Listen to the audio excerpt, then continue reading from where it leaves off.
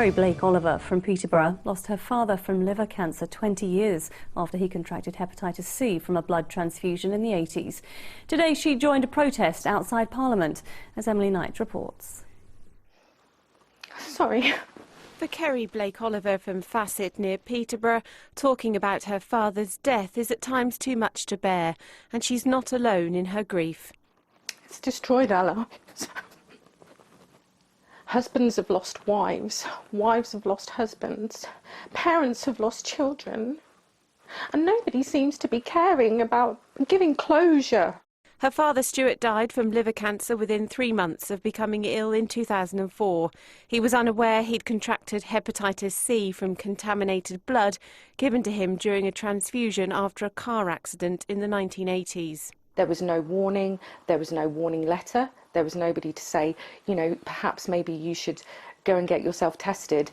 Kerry joined other families today outside Parliament to campaign for fair support and compensation to those affected by the use of contaminated blood within the NHS in the 70s and 80s, much of which came from America, donated by what would now be considered as high-risk groups such as prisoners.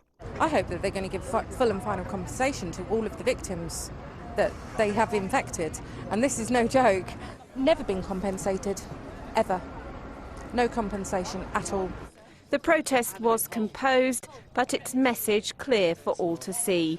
None more so than Anthony Farrugia from St Neots, who went the extra mile to make his point. His father died at the age of 37, followed by his 2 uncles. All were given contaminated blood for haemophilia treatment. We're here today because we've been excluded from the consultation. There is no scope for dependent children. We obviously want the government to recognise the harm done, the psychological effect and the fact that we've lost our father at such a young age. They are the survivors and the widows.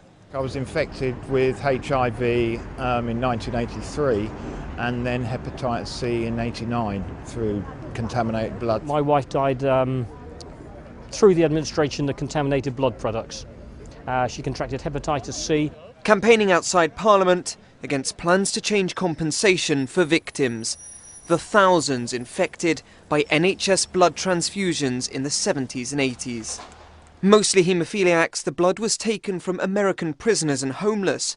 Many had contagious diseases that were then passed on, shown by the campaign's colours: red for HIV, yellow for hepatitis C, the black for the 2,000 victims who've died in the past 35 years.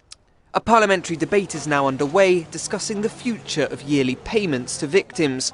Campaigners say changes could leave many receiving less money, and bereaved partners and families could lose out. They refuse to accept the fact that dependents must now be looked after financially, because if the main breadwinner is gone. I'm trying to get the government to eventually do something. It's been going on so many years. Yes, they've apologised, but, you know, it's just ridiculous. The Department of Health say they want to help those affected by the tragedy, and they've committed an extra £100 million of funding to the new scheme on top of the current £22 million a year. But for those affected, it's about knowing they and their families will be financially secure in the future. We need to be able to live our lives to do that. A sorry from Mr Cameron doesn't cut it. He needs to back it up with the finances. Sam Holder, ITV News. While a hearse arrived outside, inside a Commons debate was taking place over proposals to reform the support given to people infected with the contaminated blood. There are concerns that support will be cut back. A Department of Health spokesperson said, "We want to help those affected by this tragedy, which is why we have already committed to provide £100 million of additional funding to the reformed scheme, on top of the current spend of around £22 million per year." The consultation into the proposed reforms ends this Friday, and the government says it's keen to hear views from all those who have been affected.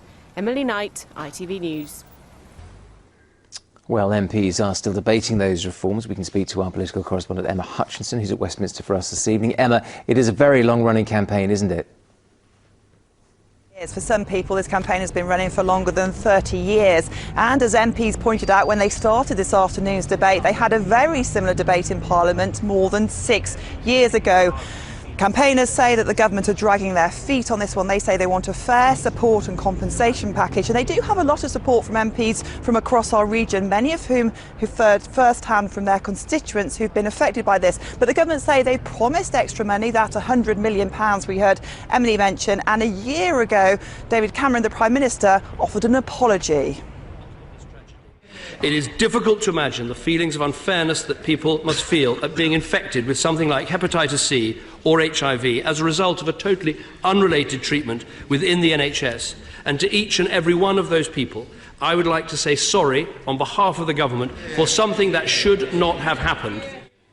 Well, Emma, as we said, the debate is going on as we speak. Are campaigners likely to get what they want?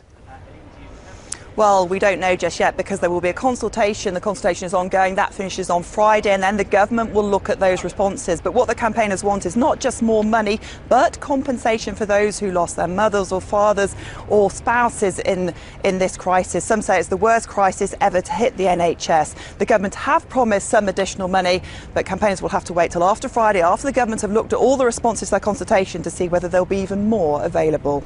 OK, Emma, thank you very much indeed for that.